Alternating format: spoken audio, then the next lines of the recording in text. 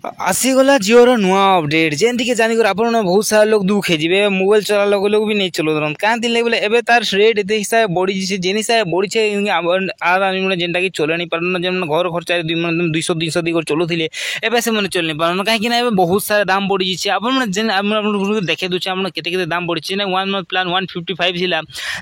से 189 आज जेना 209 टଙ୍କା थिला सेटा है 249 गोटे मंथली जो मंथर जेनटा कि 533 थिला सेटा है 629 रिचार्ज मैंने के हिसाब बढ़ी आप जानी पार्छन तो जेनटा आपको जेनटा थिला 3 मासर देखो 3 मासर जेनटा थिला आपन पाखे जेनटा 666 रो गोटे थिला सेटा है 799 जेनटा 719 रो जेनटा गोटे थिला सेटा है